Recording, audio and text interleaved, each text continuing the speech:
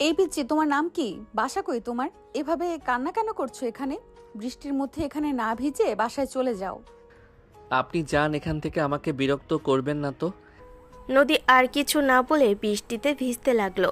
নদী হাত দুদিকে ছুঁড়ে বৃষ্টিতে ভিজতে লাগলো। আয়ান নদীর দিকে অবাক হয়ে তাকিয়ে বলল, আপনি কি পাগল? রাত 10টায় কে এইভাবে বৃষ্টিতে ভিজে কেউ? আমাকে এত জ্ঞান দিচ্ছিলেন, এখন তো নিজেই বৃষ্টিতে ভিজছেন। নদী আয়নের কথা শুনে আয়নের পাশে বসে বলল, এইটা আমার কাছে আনন্দের। এখন ভিজলাম, কয়েকদিন জ্বরে পড়ে থাকবো, আবার ঠিক হয়ে এইভাবে আমার জীবন চলছে। আপনার ফ্যামিলি আপনাকে কিছু বলে না? পাগলের মতো কাণ্ড করেন। না, আমি কারো কথা শুনি না, আমি আমার মতো করে চলি। বাট তুমি এখানে এভাবে কান্না কেন করছো? এমনি। বলো কি হয়েছে শুনি। শোনো, কথা বুকের ভেতরে জমা রাখলে কষ্ট পাবে, তার থেকে প্রকাশ করে দাও। এতটুকু ছেলে এত কষ্ট নিয়ে থাকার দরকার নেই। বলো আমাকে, আমি তাও তোমার কথা শুনতে চাচ্ছি। আমাকে তো আমার তো কাউকে নিজের মনের কথা বলারও মানুষ নাই। কেন, আপনার বাসায় কেউ নাই? আচ্ছা, বাট কারোর সাথে আমার পড়ে না। ও, এখন বলো কেন এভাবে ভিজছো? ফ্যামিলিগত সমস্যা। ওসব জায়গায় ফ্যামিলিগত সমস্যা? তা এই বয়সে তো খেলাধুলা পড়াশোনা করার বয়স, এই বয়সে ফ্যামিলিগত আবার কি সমস্যা হইল?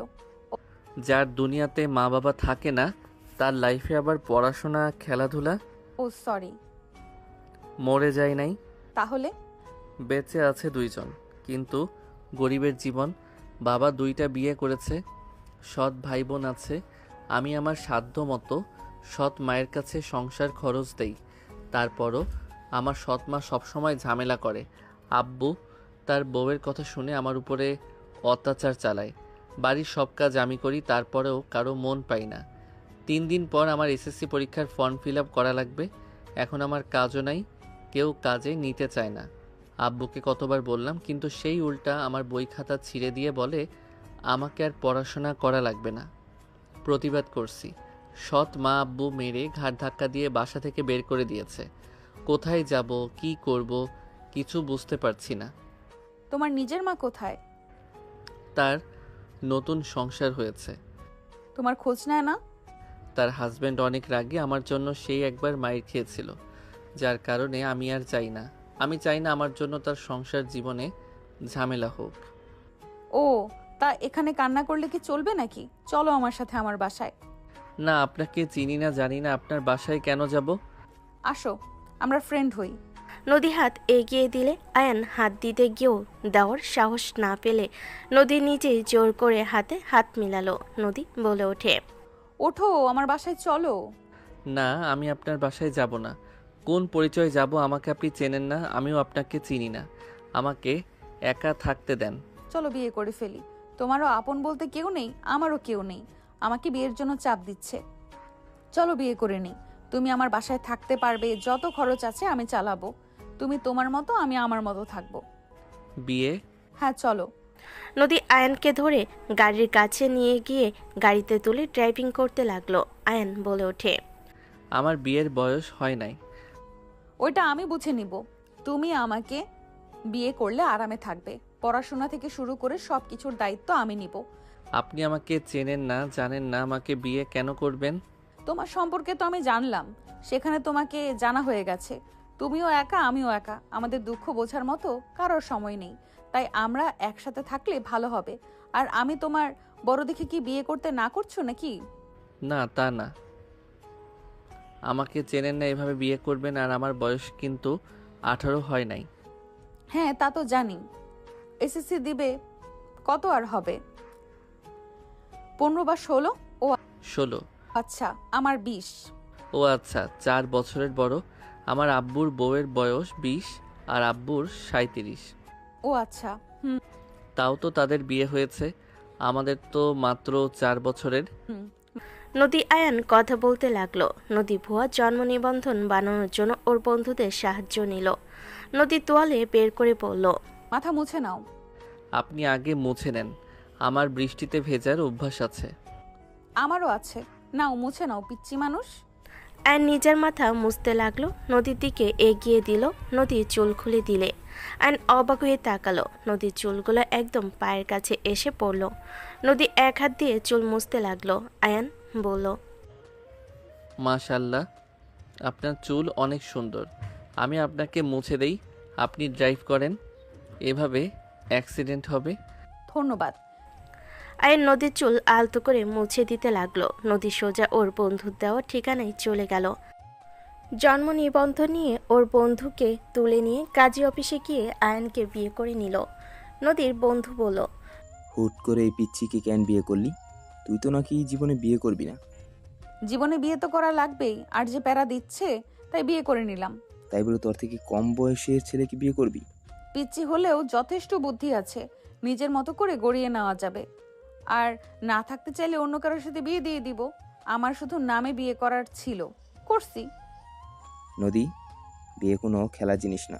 তুই বিয়েকে এমনভাবে নিচ্ছিস মনে হয় মজার খেলা। জ্ঞান দিস না, বাসায় নামিয়ে দেই তোকে। দরকার নাই, সাব্বিরের গাড়িতে চলে যাব। ওকে। নদী আয়নকে নিয়ে গাড়িতে উঠে পড়ল। আয়ন বলতে লাগলো, আপনি কি আসলে বিয়ে খেলা ভাবছেন? তোমার কি মনে হয় আর তুমি বিয়ের বিষয়ে জানো? হ্যাঁ জানি। আয়নের কথা শুনি নদী হাসতে লাগলো। নদী বলে উঠল, তাই? তা কি জানো শুনি? বিয়ে মানে বিয়ে হলো, বিয়ে মানে হলো জীবনের গানে নতুন একটি সুর যোগ করা। এটি এমন এক বন্ধুত্ব যেখানে শব্দ ছাড়াই একে অপরের অভাব বা কষ্ট বুঝে নেওয়া যায়, যেখানে নিজের সবটুকু দিয়ে অন্য একজনের পরিপূরক হওয়ার চেষ্টা থাকে। বাইরের পৃথিবীর সব লড়াই শেষে, দিন শেষে যেখানে ফিরে এলে শান্তি পাওয়া যায়, সেই আশ্রয়টুকুর নামই বিয়ে। একে অপরের ভরসার দেয়াল হয়ে থাকা, যাতে ঝড়ঝাপটা এলেও মনের ঘরটি নিরাপদ থাকে। নদী অবাক হয়ে আয়নের দিকে তাকালো। নদী বলে উঠল, তারপরে? জীবন একটি দীর্ঘ পথ। এই পথে কখনো রোদ থাকে, কখনো বৃষ্টি।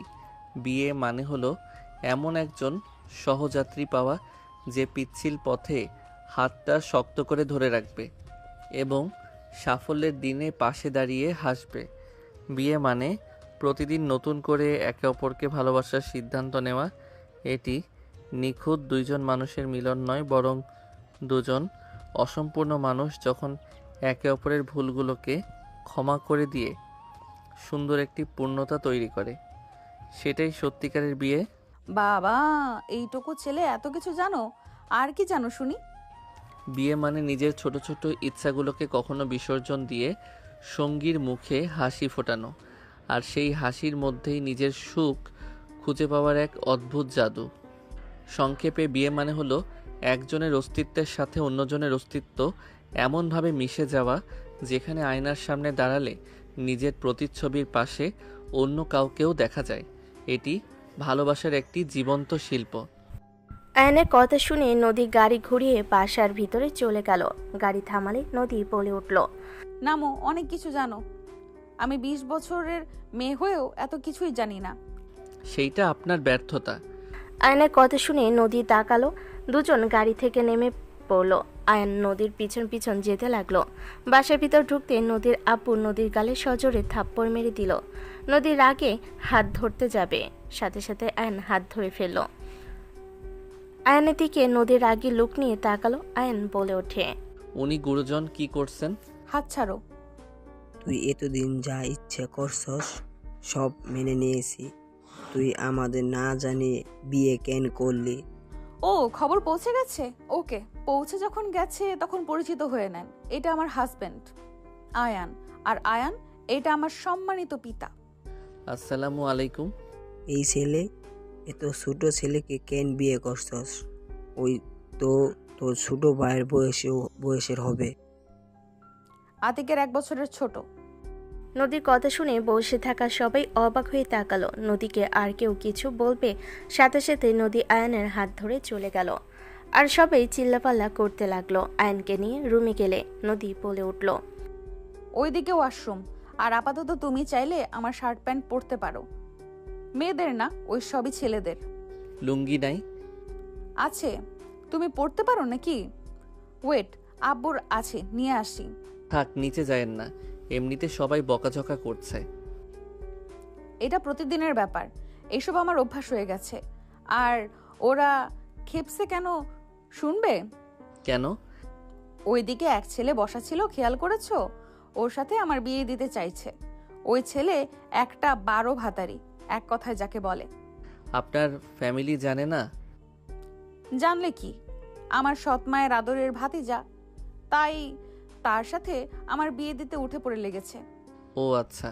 থাকো, আসি। নদী চলে গেল। আয়ন নদীর ফ্রেমে বাঁধানো ছবিটা দেখতে ফ্রেমটা হাতে নিল। নদী নিচে গেলে ওর আব্বুর রুম থেকে লুঙ্গি নিয়ে চলে গেল। রুমে গেলে সাথে সাথে আয়ন ফ্রেম রেখে বলল, উনি তোমার মা নাকি? হুম, ওনাকে তো দেখলাম না। মারা গেছে। সরি। এই নাও, যাও। আয়ান চলে গেল। আয়ন গোসল করে লুঙ্গি পরে বের হইল। নদী বারবার হাসি দিতে লাগলো। আয়ান বলে উঠল, যান, গোসল করে তাড়াতাড়ি পোশাক চেঞ্জ করে নেন। আর এইগুলো কোথায় মেলে দিব? তুমি কেন ধুতে গেছো? মানুষ আছে, ওরা করে দিত। নিজের কাজ নিজে করতে পছন্দ করি। আপনি যান, গোসল করে নেন গা। আচ্ছা, বারান্দায় মেলে দাও, যাও, আমি গোসল করে আসি। নদী আলমারি থেকে শার্ট প্যান্ট বের করে চলে গেল। আয়ন শার্ট প্যান্ট বারান্দায় মেলে দিয়ে আসলো। নদী গোসল করে বের হলো। আয়ন নদীর দিকে তাকিয়ে থাকলো। নদীকে বলল, আমি কি সাহায্য করব? না, ধন্যবাদের দরকার নেই। নদীর ড্রেসিং টেবিলের সামনে বসে হেয়ার ড্রাই করতে লাগলো। আয়ন নদীর পিছনে দাঁড়ালে নদী বলে উঠল, কিছু বলবে? আমি করে দেই, দেন, দেখি পারি নাকি। নদী না করলো। আয়ন শুনল না। নদী শিখিয়ে দিলে আয়ন সুন্দরভাবে চুলগুলো হেয়ার ড্রাই করতে লাগলো। নদী আয়নকে দেখতে লাগলো আয়নার ভিতর দিয়ে। নদীর রুমে নদীর ভাবি এসে বলল, নদী, খেতে আসো। খাবার পাঠিয়ে দেন, ওইখানে যাব না। ভাবি চলে গেল। আয়ন হেয়ার ড্রাই করে দিয়ে বলল, আপনার সাহায্য লাগলে আমাকে বলবেন। আমি যেন আপনার চুলের প্রেমে পড়ে যাচ্ছি। আয়নের কথা শুনে নদী ভুরকুচকে তাকালো। আয়ন লজ্জা পেল। নদী বলে উঠল, প্রেমও পড়তে পারো? আমাকে কি আপনার একেবারে নাদান বাচ্চা মনে হয় নাকি? আমার বয়স 16, বড় হয়ে গেছি আপনার থেকে। দেখেন কত বড়। নদী পায়ের পাতা উপরে ভর করে আয়নের থেকে লম্বা হওয়ার চেষ্টা করলে আয়ন হেসে দিল। নদী বলে উঠল, নিচের দিকে হও। আয়ন একটু নিচের দিকে ঝুঁকলে নদী আয়নের গলা ধরে বলে, আমি তোমার থেকে বড়, দেখো। আয়ন নদীর দিকে চোখ গেলে দুজন একে অপরের দিকে তাকালো। আয়ন নদীর ঠোঁটের দিকে যাবে, সাথে সাথেই হাসি দিল। আয়ন সোজা হয়ে দাঁড়িয়ে পড়ল। আপনার ঠান্ডা লেগে গেছে? জ্বরও আসবে। তুমি নাপা খাবে নাকি? না, লাগবে না। কাজের লোক খাবার দিয়ে গেলে নদী বলে ওঠে, খেয়ে নাও। আপনি খাবেন না? খাবো, চলো দুজন একসাথে খাই। দুজন খাবার খেতে বসলো। দুজন খাবার শেষ হলে আয়ন বলে উঠল, আমি তাহলে নিচে ঘুমাই, আপনি উপরে ঘুমিয়ে যান। সমস্যা নেই, একসাথে ঘুমাই, আমরা তো হাজব্যান্ড ওয়াইফ। ওকে। নাপা খেয়ে নাও, আসো। আয়নকে নাপা দিয়ে দিল। দুজন নাপা খেয়ে নিল। আয়ন এক পাশে শুয়ে পড়ল। নদী কোলবালিশ জড়িয়ে ধরে শুয়ে পড়ল। আয়ন নদীর দিকে কিছুক্ষণ তাকিয়ে থেকে ঘুরে শুয়ে পড়ল। সকালে আয়নের ঘুম ভাঙলে দেখে নদী ওর বুকের ওপর শুয়ে আছে। আয়ন নদীর মুখের ওপর থেকে চুলগুলো সরিয়ে দিতে লাগলো। নদী নড়ে উঠলে আয়ন চোখ বন্ধ করে নিল। নদীর চোখ খুলে নিজেকে আয়নের বুকে দেখে লাফ দিয়ে উঠে পড়ল। নদী আয়নের দিকে তাকাতেই নদী জোরে চিৎকার দিল। আয়ন লাফ দিয়ে উঠে বলল, এই এই কি হয়েছে? নদী তাড়াতাড়ি ঘুরে বসলো। আয়ন লুঙ্গি খাটের এক পাশে দেখে লজ্জায় তাড়াতাড়ি করে গিয়ে লুঙ্গি পরে নিয়ে বলল, সরি, কিভাবে যে খুলে গেছে বুঝতে পারি নাই। ফাজিল, আগামীকাল থেকে যদি দেখি লুঙ্গি পরে ঘুমাইছো, খবর আছে। ধুর, আমার লুঙ্গি খুলে না, আমি গেট দিতে ভুলে গেছিলাম, খেয়াল ছিল না। ছি। ছি বলার কি আছে? আপনি আমার বউ, আমি আপনার হাজবেন্ড, এটা কমন বিষয়। নদী আয়নের কথা শুনে ওর দিকে তাকাতেই লজ্জায় বলে ওঠে, থাক, চুপ। যাও গোসল করে নাও, আর তোমার শার্ট প্যান্ট পরে নাও, শপিং করতে যাব। এখন গোসল কেন করব? গোসল কেন করবে মানে? সকালে আমি গোসল করি না। ভালোবেসে বিয়ে করেছি, গোসল যদি না করো তাহলে সবাই বলবে আমাদের মধ্যে কিছু হয় নাই, আর না হয় বলে নোংরা। কি হওয়ার কথা ছিল? নদীর আগে লোক নিয়ে তাকিয়ে বলল। কি বলতে চাচ্ছি বোঝো না? আয়ন জিব্বায় কামড় দিয়ে লজ্জায় মাথার চুল নাড়তে নাড়তে বলল, ও, বুঝেছি, কিছু না করেও সবাইকে প্রমাণ করতে হবে। ওই কি বলতে চাও?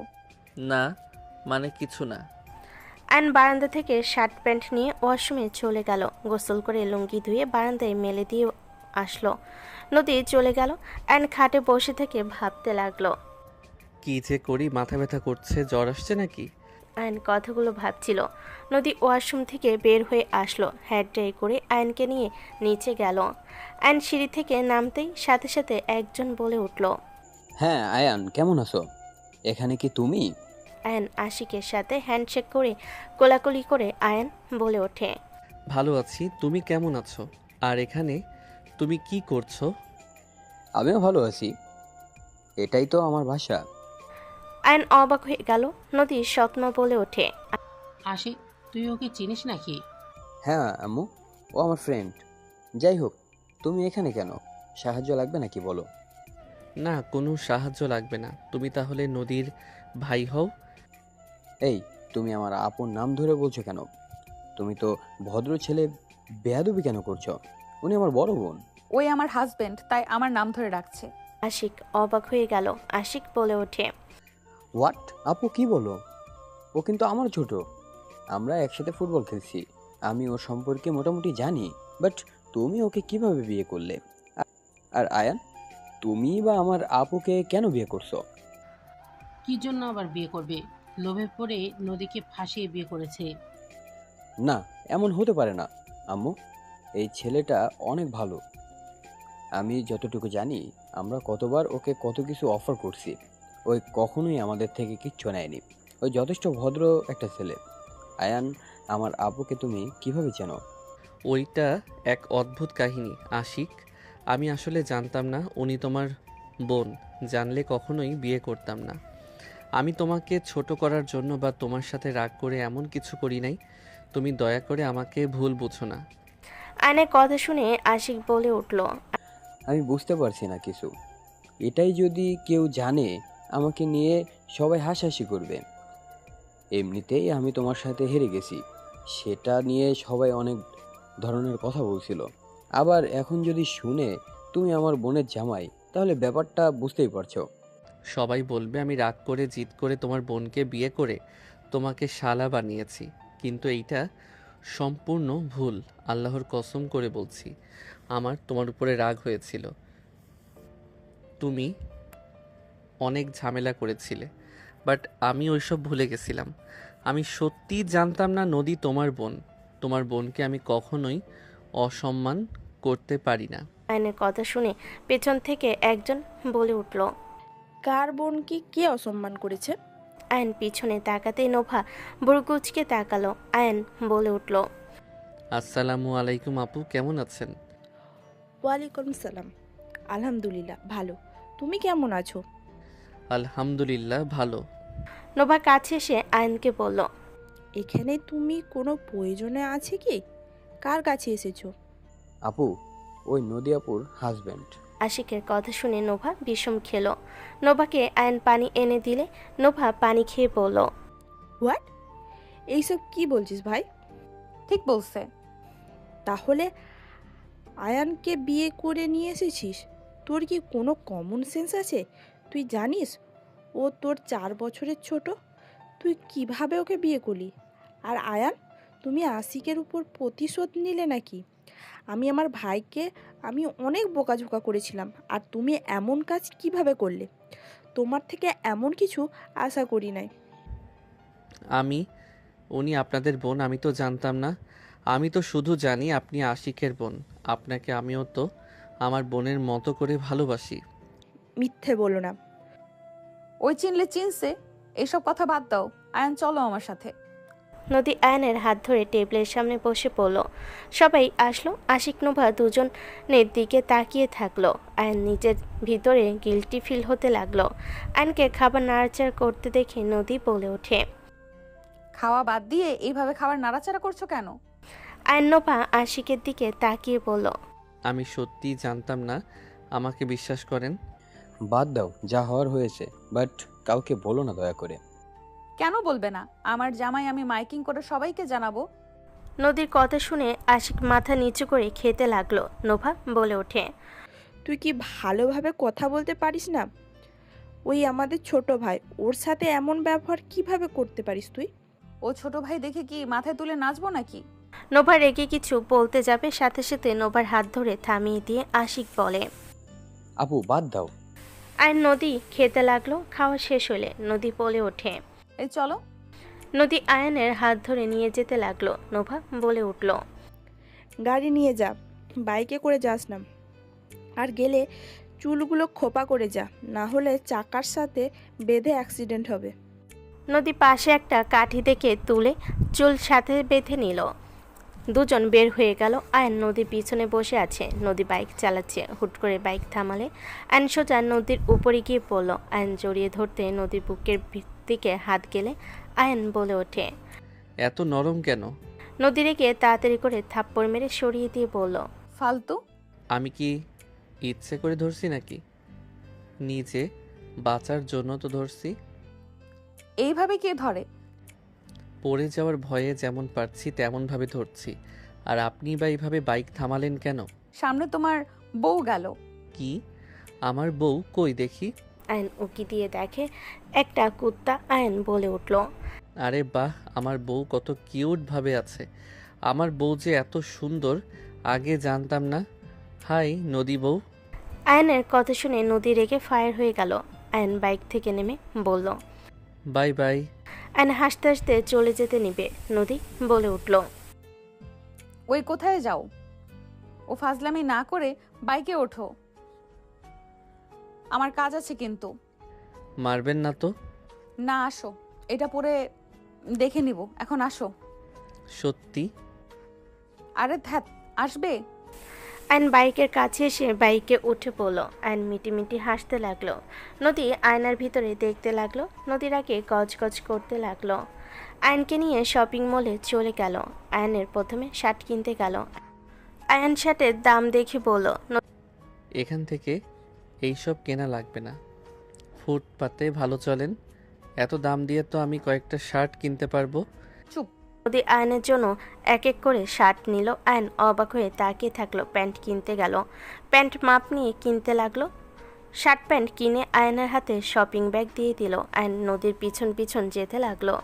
জুতা কিনতে চলে গেল। জুতা কেনা শেষ করে বের হইল। আয়ন বাইকের কাছে যেতেই নদীর দিকে তাকিয়ে বলল। এত টাকার শপিং করিয়ে দিয়ে কি ঠিক করলেন? এত 15,000 টাকা দিয়ে এক মাসের সংসার চলে যেত। ফালতু কথা বন্ধ করো, অনেক কম দেওয়া হয়েছে। এগুলো আপাতত পরো, আমার কাছে সময় নাই, তাই বেশি কিছু কিনে দিতে পারলাম না। কি এইগুলো কম? তো কি? মাথা ঘুরছে। মাথা ঘোরানোর দরকার নেই, বাইকে ওঠো। আয়ন নদীর পিছনে বসে পড়ল। দুজন চুপচাপ যেতে লাগলো। বাসায় চলে গেল। বাসার ভিতরে গেলে আয়নকে দেখে নদীর দাদিমা বলল। কোন জ্ঞানে এই ছেলেকে বিয়ে করছো? তুমি কি নিজের সীমা অতিক্রম করে ফেলেছো? আর ছেলেটার হাব ভাব দেখে বোঝা যাচ্ছে লোভে তোমাকে বিয়ে করছে। না হলে নিজের বয়সের থেকে বড়কে কেন বিয়ে করবে? ঠিক ধরেছো দাদিমা, বাট তাও আমার ওকে ভালো লাগে। কি ধরনের কথা? হ্যাঁ, তাও ওকে ভালো লাগছে মানে? তুমি আসলে কি চাচ্ছ বলো তো? তোমার আব্বুকে ঘৃণা করো বসেছি, তাই বলে নিজের লাইফ পার্টনারকে নিয়ে আসবে হ্যাঁ একটা লোভী ছেলেকে? এত সময় নেই কথা বলার, আয়ান চলো। নদী আয়নের হাত ধরে নিয়ে যেতে লাগলো। রুমে নিয়ে গেলে আয়নের হাত ছেড়ে দিল। আয়ন সোফার ওপর সব রেখে বসে বলল। সবাই ভাবতেছে আমি লোভে পড়ে বিয়ে করছি। আমি তো জানি বিয়েটা কিভাবে হয়েছে, সবার কথা শোনার টাইম আমার নেই। আর শোনো, আমি বের হব, তুমি এখানে থাকো। আমি কাজের লোককে বলে দিব তোমাকে যেন ঘরে খাবার দিয়ে যায়। জি, কোথায় যাবেন? আমাকে কোনো কিছু জিজ্ঞেস করবে না। আমার কাউকে কোনো কৈফিয়ত দেওয়ার কোনো ইচ্ছে নেই। আমি বাসায় যেতাম আমার বই আনতে। আর এইগুলো কোথায় রাখবো? ওয়েট, এই 1000 নাও, পরে লাগলে বলো। আর আলমারির সাইডে রেখে দিও। আমি এখন আসছি, বাই। 1000 টাকা দিয়ে বের হয়ে গেল। আয়ন কিছু বলার সুযোগ দিল না। আয়ন টাকাটা নিয়ে পকেটে রেখে বাকি সব কিছু গুছিয়ে রেখে আয়ন গোসল করে নিচে চলে গেল। নিচে নামতে আয়ন দেখে নদীর সৎমা ফ্লোরে বসে গেছে। আয়ন দৌড়ে গিয়ে ধরে বলল। আন্টি আপনি ঠিক আছেন? আমার পাটা গেল রে। নদীর সৎমা কান্না করতে লাগলো পা ধরে। আয়ন পা ধরে জোরে মোচড় দিয়ে জোরে চিৎকার দিলে নদীর দাদির মা তাড়াতাড়ি করে বের হয়ে এসে বলল, এই ছেলে কি করলে বৌমার সাথে? বৌমা তুমি ঠিক আছো? আম্মা আমি মরে গেলাম, এই পোলা আমাকে ছাড়, আমাকে মেরে ফেলবি নাকি? আন্টি আপনি উঠে একটু দাঁড়ান, দেখেন ঠিক হয়ে গেছে। আয়ন নদীর সৎমায়ের হাত ধরে টেনে তুলে সোজা হয়ে দাঁড়াতে বলে ভয়ে ভয়ে পা ফেলে দেখে ঠিক হয়ে গেছে। আয়ন হাত ছেড়ে দিয়ে বলল, আপনি ঠিক আছেন? হ্যাঁ ধন্যবাদ। আয়ন আর কিছু না বলে চলে গেল। দাদিমা নদীর সৎমাকে ধরে সোফায় বসিয়ে দিয়ে বলল, কিভাবে বললে? হুট করে চেয়ারের কানের সাথে লেগে পড়ে গেছি। সারাদিন এত কি ভাবো, সাবধানে কাজ করতে পারো না? দুজন কথা বলতে লাগলো। এইদিকে আয়ান দোকানে কিছু কিনে খেয়ে নিল, তারপর টাকা ভাঙতি করে রিক্সা নিয়ে বস্তিতে চলে গেল। আয়নকে দেখে ওর সৎমা বলে ওঠে, কিরে তুই এখানে কেন? তোকে না বের করে দিল? আমার বই নিতে এসেছি। আয়ন সোজা ঘরের ভিতরে গিয়ে ওর দরকারি সব কিছু তুলে নিল, ব্যাগ নিয়ে বের হতে যাবে। সাথে সাথেই আয়নের সৎমা ব্যাগ ধরে পড়ল। ব্যাগে কি নিয়ে যাস? দেখা আমাকে। আমার বই কাগজপত্র। সৎমা টান দিয়ে ব্যাগ নিয়ে খুলে চেক করলো। আয়ন রাগে হাত মুঠো করে নিল। সৎমা বলে ওঠে, সব তুলে চলে যা। সৎমা ভাব দেখিয়ে চলে গেল। আয়ন ব্যাগে সব গুছিয়ে বের হয়ে গেল। আয়ন রিক্সা করে যাচ্ছিল আর ভাবছিল, একবার নিজের পায়ে দাঁড়াই, তারপর এসব মানুষদের কোনো খোঁজও নিব না। যারা যারা আমাকে কষ্ট দিয়েছে তার কারো খোঁজ আমি নিব না। আমাকে যে সাহায্য করবে আমি তার সাথে থাকব, তাকে কখনোই ঠকাবো না ইনশাআল্লাহ। আয়ন কথাগুলো ভাবতে ভাবতে চলে গেল। আয়ন বাসার ভিতর ঢুকতে নদীর সৎমা বলে উঠল, ওই ব্যাগের ভেতরে কি? আমার বই খাতা। ওহ যাও, ফ্রেশ হয়ে এসে খেয়ে নাও। আবার বউকে বলো না আমরা খাইতে দেই না। আয়ন কিছু না বলে চলে গেল। আয়ন উপরে গিয়ে ওর ব্যাগ রেখে ওয়াশরুমে গিয়ে ফ্রেশ হয়ে নিচে গেল।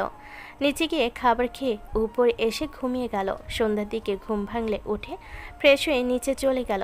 নিচে গেলে দেখে সবাই বসে থেকে আড্ডা দিচ্ছে। আয়ন নোভার দিকে তাকিয়ে বলল, আপু একটা কথা বলবো? ভালো। আপু আপনার বোনকে একটু কল দিবেন? ওই তো সে কখন বের হয়েছে, এখনো তো আসলো না। আপু রাত 12টায় ফিরবে। ওই 12টায় ফিরবো। ফোন দিলে আমাদের ফোন ধরবে না। এতক্ষণ কই থাকতে পারে? কই আবার ক্লাবে হয়তো থাকবে। এখন বন্ধুদের সাথে কথায় মনে হয় আড্ডা দিচ্ছে। রাতে ড্রিঙ্কস করে বাসায় আসবে। ওনার কোনো ফ্রেন্ডদের নাম্বার আছে কি? উনি কোথায় সেইটা জানা যাবে। আয়নের কথা শুনে সবাই অবাক হয়ে তাকিয়ে আছে। আশিক বলে ওঠে, তুলি আপু আছে, ওনাকে কল দিয়ে জানা যেতে পারে। আপু আমাকে ফোন দাও, আমি কল দেই। তুই দিলে আবার তোকে অপমান করবে নদী। কিছু হবে না, দাও। আশিক ফোনটা নিয়ে তুলির কাছে কল দিতে লাগলো। কিছুক্ষণ পর কল রিসিভ করতেই আশিক বলল, আসসালামু আলাইকুম আপু, কেমন আছেন? ওয়ালাইকুম আসসালাম পিচ্ছি, ভালো। তুই কেমন আছিস? আর এতদিন পর আপুর কথা মনে পড়লো? ওই আর কি। আপু, নদী আপু তোমরা কোথায় আছো? কেন রে, হঠাৎ এটা কেন জিজ্ঞাসা করছিস? কোথায় আছো সেটাই বলো। আমার বাসায় সবাই। আচ্ছা ঠিক আছে, ভালো থেকো। তুলিকে কিছু বলার সুযোগ না দিয়ে কল কেটে দিল। আয়নের দিকে তাকিয়ে বলল, আপু তুলি আপুদের বাসায় আছে, ড্রাইভারকে বলো গিয়ে নিয়ে আসতে। ওই ছেলে ওয়েট, তোমাকে কি ভালোবেসে বিয়ে করেছে নাকি? কোনো কারণ আছে? আমি আসছি। আয়ন সোজা চলে গেল। ড্রাইভারকে বলে ড্রাইভার নিয়ে গেল। 20 মিনিটের ভিতর চলে গেল তুলির বাসার ভিতরে। গাড়ি থামালো। আয়ন তুলির বাসার সদর দরজায় নক করলে একজন এসে দরজা খুলে দিল। আয়নকে দেখে বলল, এই কে আপনি? ড্রাইভার এসে বলল, নদী ম্যামের পরিচিত, যেতে দাও। কাজের মহিলা বলল, ও আচ্ছা, ওনারা ছাদে পার্টি করছেন। আপনি তাহলে থাকেন, আমি আসছি। আয়ন কথাগুলো বলে কাজের মহিলার সাথে গেল। ছাদে উঠতে আয়ন রাগ মাথায় উঠে গেল। আয়ন দেখতে পেল নদী একটা ছেলের সাথে কাপল ডান্স দিচ্ছে। সবগুলো মেয়ের একটা করে ছেলে পার্টনার। আয়ন 1 মিনিট দেরি না করে সোজা গান বন্ধ করে দিল। সবাই রাগে বলল, ওই কোন শালা গান বন্ধ করলি রে? সবাই বক্সের দিকে তাকাতে দেখে আয়ান, নদী, রাতুল বাদে সবাই খেপে গেল। তুলি রেগে বলল, এই পিচ্ছি, কে রে তুই? বক্স বন্ধ কেন করলি? আয়ন কোনো কথা না বলে সোজা নদীর কাছে গিয়ে নদীকে কোলে তুলে নিল। নদী বলতে লাগলো, ওই কি করছো, ছাড়ো আমাকে। ওই ছেলে তোর সাহস কি করে হয় আমার পার্টনারকে নিয়ে যাওয়ার? রনি নদীর হাত ধরে নদী মাতলা অবস্থায় বলল, আমার পার্টনার থেকে আলাদা কেন করছো? আমাকে নামিয়ে দাও, আমি নাচবো। আয়ন বলে ওঠে, হাত ছাড়েন। কে রে তোর? কথা শুনতে হবে। আমার পার্টনারকে নামিয়ে দে, না হলে তোর খবর আছে। মাথায় কিন্তু রক্ত উঠে যাচ্ছে, হাত ছাড়ে, না হইলে কপালে দুঃখ আছে। আয়নের কথা শুনে রনি আর সবাই হাসতে লাগলো। নদী আয়নের হাতে সুড়সুড়ি দিলে আয়ন নামিয়ে দিল। নদী রনির বাহু ধরে বলল, এই পিচ্ছি, তোকে কেমন চেনা চেনা লাগছে। তুই এখান থেকে যা, না হলে কিন্তু তোর খবর আছে। নদী, আমার সাথে চলো। না, তুই কে? তোর সাথে আমি কেন যাব? এই পিচ্ছে, এখান থেকে ভাগ। আয়নের বুকে হাত দিয়ে ধাক্কা দিতেই রনি হাত ধরে নিজের দিকে টান দিয়ে বুকের সাথে বুক ধাক্কা দিয়ে ফেলে দিল। সবাই চমকে উঠল। রনি ব্যথায় কুকড়ে উঠল, আর বাকিগুলো মারতে আসবে আয়ন এক এক করে মেরে ফেলে দিল, শুধু রাতুল বাদে। আয়ন নদীকে তুলে নিয়ে গিয়ে বলল, নেক্সট টাইম যদি আমার বউয়ের আশেপাশে তোদের দেখি, তাহলে তোদের খবর আছে। আয়নের কথা শুনে রাতুল বাদে সবার চোখ বড় বড় হয়ে গেল। রনি বলে ওঠে, তোর বউ মানে? ঠিক বলেছি, ওই ছেলেটাই নদীর হাজব্যান্ড। ঝামেলা করিস না। কি তুই আগে থেকে জানতি? কি, এই পিচ্ছি ওর জামাই? কি কিউট রে, আর কি শক্তি! তোদের মেরে ফেলে দিল। এত বড় পোলা হয়ে ওর সাথে পারলি না? সব রেগে গেল।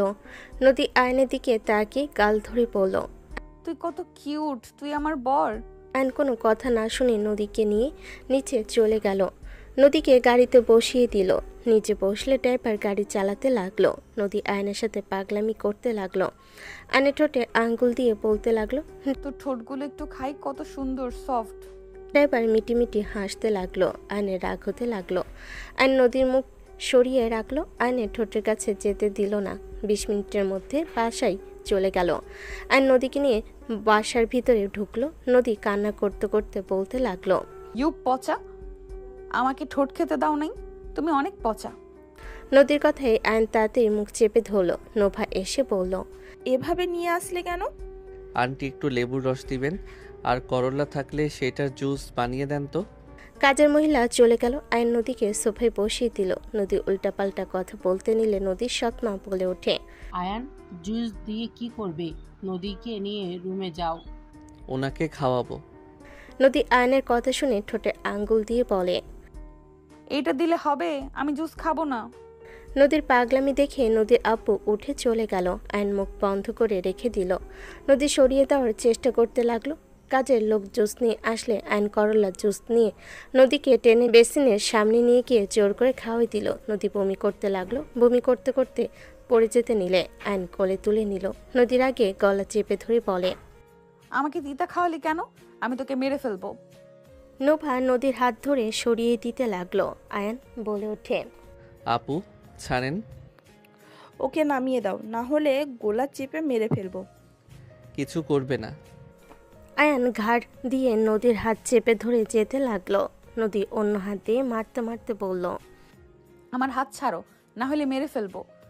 আয়ন কোনো কথা না শুনে রুমে নিয়ে গিয়ে খাটে ফেলে দিল। নদী রেগে মারতে আসবে, সাথে সাথে আয়ন নদীর হাত ধরে টান দিয়ে নিজের কাছে নিয়ে এসে টোটজোড়া নিজের দখলে নিয়ে নিল।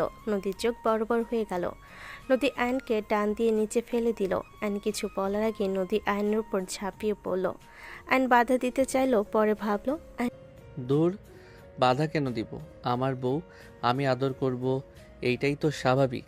আর নিজের ইচ্ছে আদর খেতে চাচ্ছে, সেখানে না কেন করব? নদীকে ফেলে 2 হাত চেপে ধরে কিস করতে লাগলো। নদী আয়নের শার্ট খুলে ফেলল। আয়নকে কিস করতে লাগলো। আয়ন পাল্টা কিস করতে লাগলো। দুজন একে অপরের মাঝে হারিয়ে যেতে লাগলো। দুজন অনেকক্ষণ একে অপরকে আদর করতে করতে ক্লান্ত হয়ে গেল। আয়নের বুকে নদী মাথা দিয়ে শুয়ে পড়ল। কিছুক্ষণ পর নদী লাফ দিয়ে উঠে আয়নের দিকে নিজের দিকে তাকিয়ে জোরে চিৎকার দিতেই আয়ন মুখ সোজা চেপে ধরে বলল, হচ্ছেটা তা কি? চিকিৎসা কেন দিচ্ছেন? নদী আয়নের হাত ধরে এক ঝটকায় সরিয়ে দিয়ে থাপ্পড় মেরে দিল।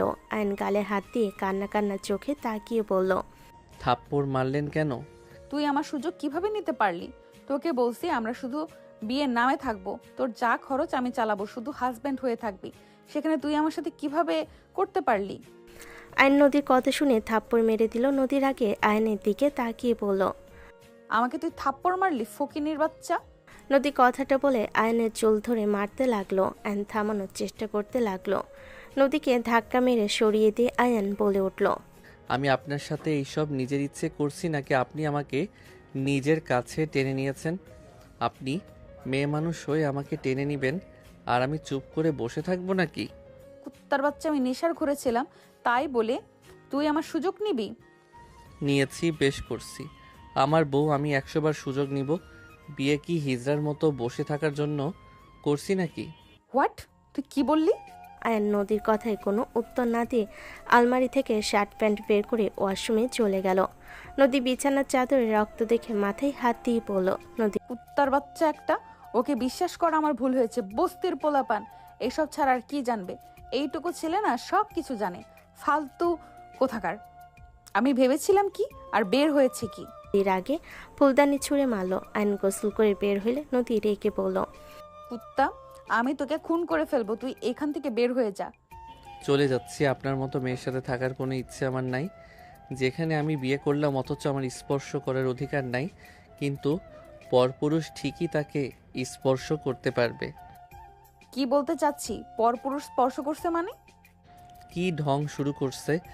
বন্ধুদের সাথে নোংরামি করলো, এটা কিছু না। আর আমি ওর জামাই হয়ে স্পর্শ করছি। আমাকে যা ইচ্ছে তাই বলছে। থাকেন আপনি। আইন রেগে ব্যাগটা কাঁধে নিয়ে চলে গেল। নদী রেগে গালাগালি করতে লাগলো। আইন নিচে গেলে সবাই অবাক হয়ে তাকালো। নোভা বলে ওঠে, আয়ান কোথায় যাও ব্যাগ কাঁধে নিয়ে? চলে যাচ্ছি। চলে যাচ্ছ মানে? আঙ্কেল, আপনার মেয়ে আমাকে বিয়ে করছিল। ওই ছেলেকে বিয়ে করবে না দেখে আপনারা দয়া করে ওনাকে বিয়ে নিয়ে প্যারা দিবেন না। উনি আমার ওয়াইফ। আমি ওনার না বলা পর্যন্ত ওনাকে আমি ডিভোর্স দিব না। তাই যতদিন আমার বউ হয়ে আছে ততদিন আপনি ওনাকে বিয়ে নিয়ে প্যারা দিবেন না। কি, তোমরা রিলেশন করে বিয়ে করো নাই? না, আগামীকাল রাতে আমার ওনার সাথে পরিচয় হয়, আর আগামীকাল বিয়ে করে নেয়। তুমি কোথায় যাচ্ছ? আমি চলে যাচ্ছি। আপনার মেয়ে তার মতো করে থাক।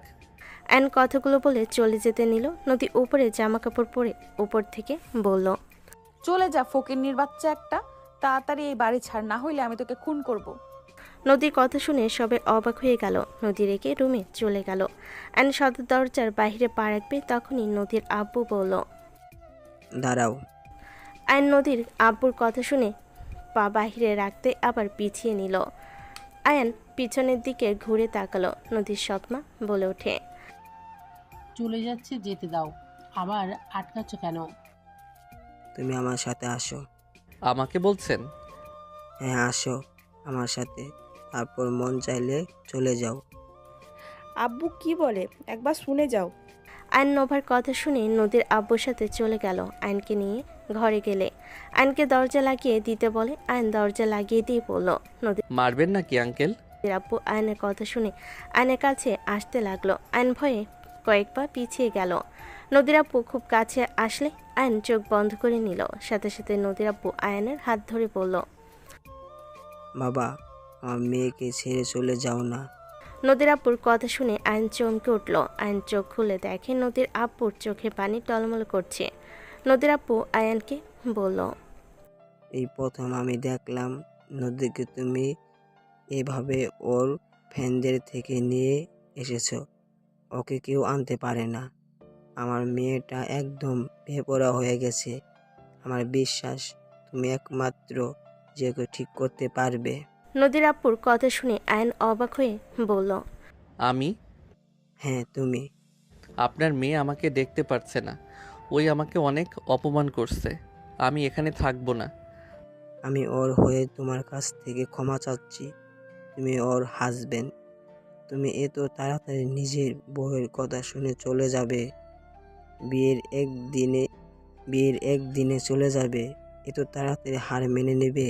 আপনার যে মেয়ে না একেবারে ফালতু। আচ্ছা, আপনার মেয়ে কি ছোট থেকে এমন ফালতু নাকি? ওর আম্মুর মৃত্যুর শখ ওই কাটিয়ে উঠতে পারে নাই। ওর 10 বছরে ওর আম্মু মারা যায়। ওই আমাকে ঘৃণা করে। ওর মায়ের মৃত্যুতে আমাকে দোষী ভাবে। কি, ওনার আম্মু মারা গেল কিভাবে? ওর আম্মু আগে থেকে অসুস্থ ছিল, সেইটাই কাউকে না জেনে জানাই নাই। নিজের রূপ নিজের ভিতরে পালছে, কাউকে কখনো বলে নাই। আমি ভেঙে পড়বো দেখে আমি আর ওর আম্মু ভালোবেসে বিয়ে করেছিলাম। ওই যখন একেবারে অসুস্থ হয়ে পড়ে তখন আমি কাজের জন্য দেশের বাইরে ছিলাম। আমাকে কখনোই কেউ জানায় নাই, বাট এটাই ওই নিজের ভিতরে একটা রাগ নিয়ে রেখেছে। ওর আম্মু অসুস্থ ছিল অথচ আমি সব জেনে তার খোঁজ নেই নাই।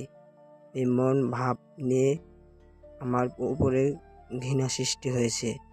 এইটা কোনো কথা? এই ছোট থেকে বেশি বোঝার অভ্যাস। ওই ওর আম্মুকে বেশি ভালোবাসে আর আমাকে ওই তেমন বেশি পায় নাই। ওর আম্মু ছিল ওর সব, আর আমার আম্মা আমাকে জোর করে বিয়ে করিয়ে দেয়। তোমার এখনকার শাশুড়িকে তো দেখছো, সে আমার দ্বিতীয়তম স্ত্রী। নুবা বুদ্ধিমান, ওই সবার সাথে সুন্দরভাবে চলতে পারে, কিন্তু নদী ছোট থেকে জিদ্দি রাগী। বিয়ে করাতে ওই আরো খেপে গিয়েছিল। আমার প্রতি এমনিতে ভুল বুঝে আছে, তার উপরে বিয়ে করাতে ওর বিশ্বাস আসলো আমি ওর আম্মুকে ভালোবাসি নাই। আমি দ্বিতীয় বিয়ে করার জন্য ওর আম্মুর মৃত্যু কামনা করতাম।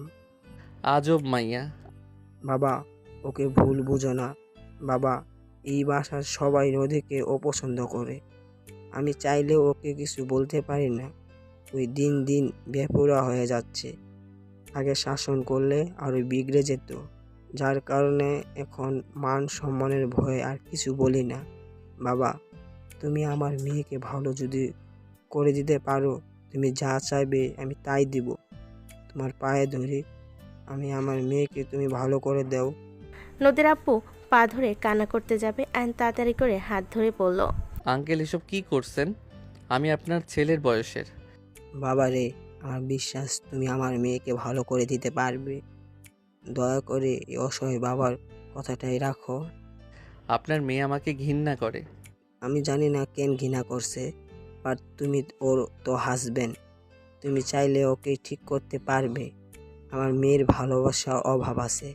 তুমি যদি ওকে ভালোবাসো, একবার যদি ওকে বুঝতে পারো তুমি ওকে সত্যি ভালোবাসো, তাহলে আমি বিশ্বাস করি ওই তোমার কথা মতো চলবে। নদীর আপু অনেক কিছু বলতে লাগলো। আয়ন সব শুনে আয়ন বলে উঠল, বুঝেছি, কান্না করেন না, আমি চেষ্টা করব ওকে ঠিক করার। আয়ন কথাগুলো বলে ব্যাগ নিয়ে ঘর থেকে বের হইল। আয়নকে দেখে নদীর সৎ মা বলল, কি ব্যাপার, চলে যাওয়া বাদ দিয়ে ওই দিকে কেন যাচ্ছ? কোথায় যাব? আমার শ্বশুর বাড়িতে আমি কেন যাব? ঘর জামাই আমি, সো যাওয়ার কোনো প্রশ্ন আসে না। আয়ন শীষ বাজাতে বাজাতে যেতে লাগলো। সবাই ভ্যাপাচাকা খেয়ে তাকিয়ে থাকলো। নোভা ওর আম্মুর দিকে তাকালো। ওর আব্বুর মুখে হাসি দেখে নোভা বুঝে গেল। আয়ন রুমে ঢুকতে নদী ওকে দেখে রেগে পড়ল। কিরে, তুই এখানে কেন? আয়ন ব্যাগ রেখে খাটে শুয়ে পড়ল। ঘুম পাচ্ছে।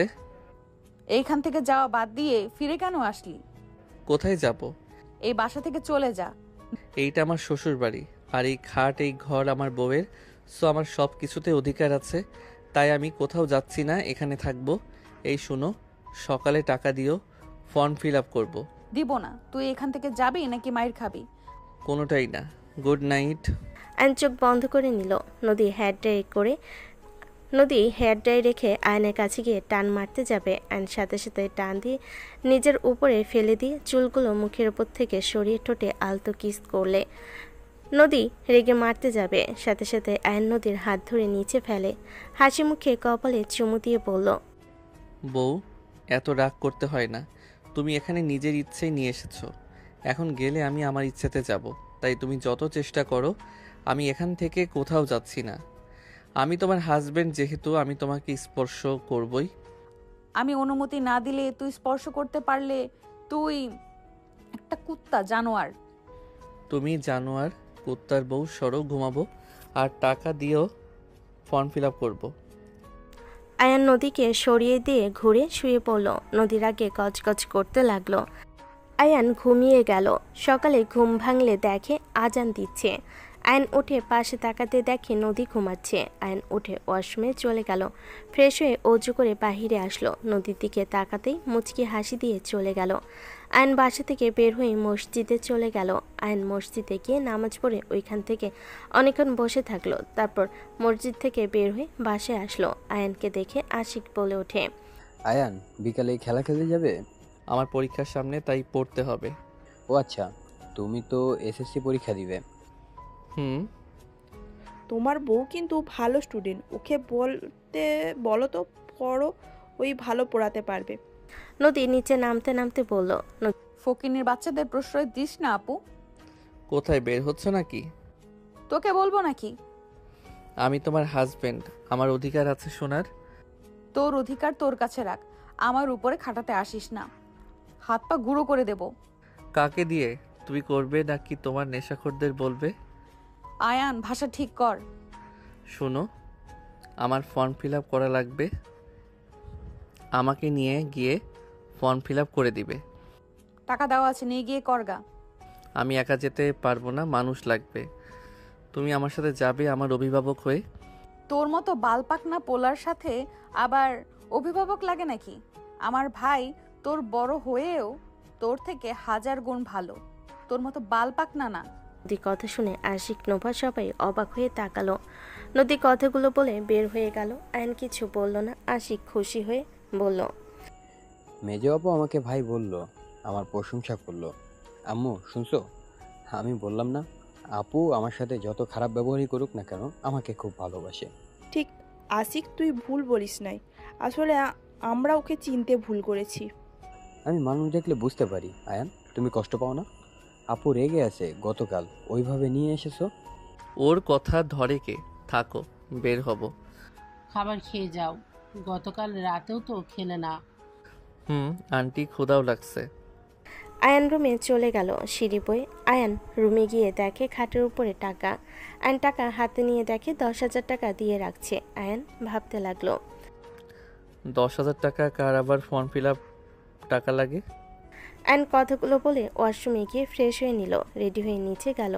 নিচে গিয়ে সবার সাথে খেয়ে আয়ান বের হয়ে গেল। আয়ন স্কুলে গিয়ে স্যারের সাথে কথা বলে সব বকিয়া সাথে স্কুলের ফর্ম ফিল আপ করে নিল। আয়ন স্যারের সাথে কথা বলে বের হইল স্কুল থেকে। আয়ন রাস্তা দিয়ে হেঁটে যাচ্ছিল। হুট করে ওর সামনে বাইক থামালো। আয়ন রেগে বলল, ওই সমস্যা কি? আর একটু হইলে অ্যাক্সিডেন্ট হয়ে যেত। আয়ন কথাটা বলে মারতে যাবে, দেখে 5টা বাইক। হেলমেট খুলতে দেখে তুলি। আয়ন বলে উঠল, ও, আপনারা তাহলে আর একটু হইলে ঘুষি খেতেন। বাহ, পিচ্ছে দুলাভাই তো দেখি অনেক পাওয়ার। এইভাবে নিচের দিকে তাকিয়ে হাঁটছিস কেন? সামনে চোখে দেখোস না? পাশের বাইকে নদী হেলমেট খুললো। আয়ন কিছু বলতে যাবে, সাথে সাথে পিছন থেকে কয়েকজন এসে আয়নের কাঁধে হাত থেকে 2টা মেয়ে গাল টেনে বলল, বাবু, শুনলাম তোমাকে বাসা থেকে বের করে দিয়েছে। শোনো, এখন তো আরও ফর্ম ফিল আপের স্কুলে আরও বকেয়ে দিতে পারবা না। এক কাজ করো, এখনো সময় আছে, আমাদের দুইজনের বয়ফ্রেন্ড হয়ে যাও, আমরা তোমাকে টাকা দিব। 2টা মেয়ের কথা শুনে সবার চোখ বড় বড় হয়ে গেল। আয়নকে কিস করতে যাবে, সাথে সাথে আয়ন 2টা সামনে নিয়ে এসে থাপ্পড় দিয়ে বলল, আমি বিবাহিত, আমার বউ তোদের থেকে 10 গুণ সুন্দরী, দূরে থাক পেতনির দল। আয়নের কথা শুনে নদী একটু লজ্জা পেল। মেয়ে 2টা রেগে আয়নের কলার ধরে টান দিয়ে দেওয়ালের সাথে ঠেকিয়ে কিস করতে যাবে। নদী বলে উঠল, ওই মেয়েরা, কি হচ্ছে এসব? নদীর ধমকে সুর শুনে দুজন পিছনে তাকিয়ে বলল, এই, আপনারা এখান থেকে যান, আমাদের ব্যাপারে নাক গলাতে আসবেন না। গান জি পোলাপান, আমরা আমাদের সাথে লাগতেইছেন না। ধাক্কা দিয়ে সরিয়ে দিয়ে 2 মেয়ের বিনুনি ধরে বেঁধে দিয়ে ঠাস ঠাস করে থাপ্পড় মারল। দুজন পড়ে গেল, চুলে টান লাগে, দুজন কান্না করতে লাগলো। আয়ান বলল, পেতনির দলগুলো আমার মূল্যবান ঠোঁট খেতে আসছে, যত সব ফালতু মেয়ে। আয়ান, কি অবস্থা? এই পেতনি দুটো আবার তোকে জ্বালাচ্ছে নাকি? ম্যামের ফালতু দুই বোন মন চাচ্ছে চুলের মুঠো ধরে বেড়াই। মায়া মানুষ দেখে ভালোই ভালোই থাপ্পড় দিলাম। আয়নের কথা শুনে ইয়ানা তুলে মিটি মিটি হাসতে লাগলো। রাকিব বলে উঠল, ওর পিছনে কেন লাগোস? তোদের কতবার কইলাম আমার প্রপোজ মেনে নে। যে চায় না তার পিছনে ঘুরে লাভ আছে। রাকিবের কথা শুনে মেয়ে দুইটা রাকিবের গালে থাপ্পড় মেরে বলল, আয়ান, আমরা তোকে পরে দেখে নিব। আর তোর বাপের হাতে যদি মাইন না খাওয়ায়, আমার নামও সোনালি না। আয়ান হাসতে হাসতে বলল, যা বলগা, আমি তো ওই বাসায় নাই। আমার বাপ আমার কি করবে? যা ভাগ, পেতনির দল। দুজন রেগে চলে গেল। রাকিব বলে ওঠে, দোস্ত, ফিল আপ করতে পারছোস? তুই করগা। টাকা কোথায় পেলি? তোর তো সব মিলে 5,000 টাকা হয়েছে। আয়ন পকেট থেকে টাকা বের করে নদীর কাছে গিয়ে বলল, সব 6,000 এখানে, 4,000 টাকা লাগছে। তোমাকে দিয়েছি, রাখো। এই টাকা দরকার নাই, পরে লাগলে দিয়েন। খরচ নাই নাকি যে এই টাকা ফেরত দিতে হবে? 1,000 গতকাল দিয়েছিলে, 50 টাকা খরচ করছি, এখনো 950 টাকা আছে, তাই দরকার নাই। এই টাকা দিয়ে পরীক্ষার ভিতরে ভাড়া সব হয়ে যাবে। অবাক হয়ে তাকালো। নদী বলে ওঠে, তোমার না 5,000 টাকা হয়েছে, 6,000 কেমনে কি? স্যারের থেকে 1,000 কমিয়ে নিয়েছি। তাহলে তো 1,000 তুমি কামিয়েছো, তো এই টাকা তো তোমার। দূর, এত কথা বলার মুড নাই। আর সব মিলে কই যান? আজকে যদি আমার বউকে কেউ নেশা করানোর চেষ্টা করেছেন, গতকাল রাতে নেশাখোর ছিলেন দেখে তেমন একটা মারি নাই, এইবার মেরে হাড্ডি ভেঙে ফেলবো। আয়নের কথা শুনে সবাই ভুরু কুচকে তাকালো। রাকিব এসে বলল, তোর বউ মানে? এইটা তোর ভাবি, দেখা হইলে সালাম দিবি। ওয়ালাইকুম আসসালাম ভাবি। দোস্ত, এত মাইয়া থাকতে সিনিয়র গার্লফ্রেন্ড? আমি শুনেছি সিনিয়র গার্লফ্রেন্ড গুলো বলে অনেক কেয়ারিং হয়। আয়ান মাথায় থাপ্পড় মেরে বলল, আমার বউ হয়, গার্লফ্রেন্ড না। আয়নের কথা শুনে রাকিব অবাক হয়ে তাকালো। আয়ন কি কিছু বলবে, তখনই আরেকটা মেয়ে দৌড়ে এসে আয়নের সামনে এসে দুহাত দুদিকে সরিয়ে দিয়ে বলল, আয়ান, আমার কথা শোনো। আমি তোমাকে এখানে জ্বালাতে বা ভালোবাসার কথা বলতে আসি না আজ। আমার কথা প্লিজ শোনো। সামনে থেকে সরো। আয়ান, আমি উল্টাপাল্টা কিছু বলবো না, আমার কথাটা শোনো। তুমি এখন কোথায় উঠেছো? আপু বলছে তোমার ফর্ম ফিল আপে টাকা দিবে, এর বিনিময়ে আমাকে তোমার হেল্প করা লাগবে। দূরে থাক, অভাবের সময় স্বভাব নষ্ট করার ধান্দা। আমার আর কারো সাহায্য লাগবে না। যখন চেয়েছি খারাপ অফার দিয়েছিলি, ফ্রেন্ডের মতো থাক। আমার আর দরকার নাই। সামনে থেকে সর, মাথা গরম করিস না। তুলির হাত ধরে তমাকে সরিয়েতে একটা রিক্সা থামিয়ে উঠে চলে গেল। তমা বলতে লাগলো, আয়ান, আমার কথাটা শোনো। তোকে খাওয়া থাকা ফ্রি দিব। তুই আমাকে পড়ালে মাসে বেতন দেওয়া হবে। এত সুন্দর সুযোগ কোথাও পাবি না। আয়ান ভাই, আই লাভ ইউ। তোমার কথা শুনে রাকিব নদীর দিকে তাকিয়ে দাঁত কেলিয়ে হাসি দিয়ে বলল, ভাবি আপনি জান গা, এই মেয়ের মাথায় সমস্যা আছে। এই রাতুল, এই ছেলেকে বাইকে তুলে তো। ভাবি আমি কিছু করি নাই। ভাবি আমার উপরে রাগ করে আছেন নাকি? ওঠো, ভয় পাওয়ার কিছু নেই। তোমাকে কিছু করব না, শুধু কিছু প্রশ্ন আছে। আমাদের সাথে চলো, পিৎজা খাওয়াবো। সত্যি? রাকিব রাতুলের বাইকে উঠে পড়ল। তমা কিছু বলার আগে সবাই চলে গেল। রাকিব বলে ওঠে, ভাবি উল্টাপাল্টা কোনো ইচ্ছে যদি করে থাকেন লাভ নেই। আমাকে মারলে আমি যদি বলে দেয় আয়ান আপনার বন্ধুদের হাত পা ভেঙে দিবে, ওকে ছোট ভাবলে ভুল হবে। ওই মায়ের ফিটের এক্সপার্ট, এই এলাকার ডন আছে, ওদের লোকেদের মেরেছিল। আশা করি ওর সাহস নিয়ে আর কোনো প্রশ্ন থাকবে না, তাই সাবধান। কি এখানকার ডন লোকদের সাথেও ঝামেলা করছে? এই ছেলে তো ভয়ঙ্কর রে। আমি তো বাচ্চা ভেবেছিলাম, আজ যা দেখলাম। আর এই সব ছোট ছোট বাচ্চা কি পাকনা রে ভাই? কি বললাম, একদম বাল পাকনা। আমি তো বিশ্বাস করতে পারছি না। এই বয়সে একটু একটু প্রেম বুঝতাম, বাট এরা তো বড়দেরও হার মানাবে। আমরা যে ওইখানে, তারপর লজ্জা নেই। কিভাবে দেওয়ালের সাথে লিপ কিস দিতে নিচ্ছিল। এই জন্যই তো পাকনা ওইটা। এইটাও তো কম ব্যাপার, এটাতে এত অবাক হওয়ার কি আছে? আমাকে এখন বিয়ে করালে আমি 100 বাচ্চার বাপ হব। রাতুলের কথা শুনে সবাই অবাক হয়ে তাকালো। রাতুল দাঁতে দাঁত চেপে হাসি দিল। 5 জন বাইক থামালে সবাই নেমে পড়লো। রেস্তোরাঁর ভিতরে গিয়ে মেনু কার্ড দিয়ে পড়লো। যা খাবে অর্ডার করো। আর তুলি, তুই থাক, আর তোরা যা। তুলি ওদের পাশে বসলো আর আরগুলো অন্য টেবিলে গিয়ে বসলো। রাতুল এক এক করে অনেকগুলো খাবার অর্ডার দিল। নদী বলে উঠল, এখন আসুক, আমার প্রশ্নের উত্তর দাও। কি প্রশ্ন? আয়ানের প্রতি এত মেয়ে এত ফিদা কেন? অনেক কারণ আছে। প্রথম তো এই ক্লাসের টপার, দ্বিতীয় ওই নম্র ভদ্র হয়ে থাকতো, অনেকটা চুপচাপ। তৃতীয় ক্লাসের সব ছেলেরা মেয়েদের পিছনে লেগে থাকলেও ওই কারো পিছনে লেগে থাকে না। ওই সব সময় প্রেম থেকে দূরে থাকে। ওই খেলাধুলা, পড়াশোনা, মারপিট সব কিছুতেই এক্সপার্ট। প্রথমে যে 2টা মেয়েকে দেখলেন, ওর আম্মুকে আর বোনকে বাঁচিয়েছিল। ওরা চাচাতো বোন, বেস্ট ফ্রেন্ড। ওরা দুজন যা চয়েস করে এক জিনিস করে। তাই বলে বয়ফ্রেন্ডও? কমন ব্যাপার, বাট একটাই জিনিস বুঝলাম না, আপনার সাথে ওর বিয়ে কেমনে হলো? ওর তো বয়স 16, ওই কেমনে বিয়ে করলো? আমাকে বললে আমিও করব। কানের নিচে দিব। আর একটা কথা, মিথ্যা কথা বলবে না। শুধু কি এইসবের জন্যই আয়ানকে সবাই পছন্দ করে? আর আয়ানের কি সত্যিই গার্লফ্রেন্ড নেই? না না, কোনো গার্লফ্রেন্ড, ওর লাইফটা এত সহজ না। ওই পড়াশোনা করে নিজের পায়ে দাঁড়াতেই চাই। ওই ছোট থেকে কষ্ট পেয়ে বড় হয়েছে। ওকে হাসি খুশি দেখলেও ওর লাইফে ভালোবাসার বড্ড অভাব। ছোট থেকে না মায়ের ভালোবাসা তেমন পেয়েছে, আর না পেয়েছে বাবার।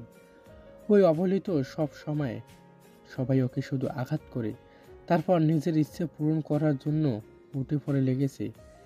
ভাবি, আপনি ওকে ভালোবাসলে ওই আপনার জন্য জীবনও দিতে দ্বিধাবোধ করবে না। আমি ওর বেস্ট ফ্রেন্ডের জন্য ওর প্রশংসা করছি না। আপনি চাইলে বস্তিতে গিয়ে জানতে পারেন, আমি যা বলছি তারাও বলবে। বুঝলাম, আবার চলে এসেছে। কি খুশি হয়ে খেতে লাগলো। আর নদী নানা ধরনের প্রশ্নের উত্তর দিতে লাগলো। ওদিকে আয়ন বাসায় গিয়ে পড়তে লাগলো। বিকালের দিকে নদী পাশে আসলো। আয়ন নদীকে দেখে বলল, এত তাড়াতাড়ি বাসায়? রেডি হয়ে নে, আমরা এই বাসায় থাকবো না। তো কোন বাসায় থাকবেন? বাগান বাড়িতে থাকবো। ওইখানকার পরিবেশ অনেক সুন্দর। হঠাৎ করে পরিবেশ কেন খুঁজছেন? কম কথা বল, লাগেজ গোছা।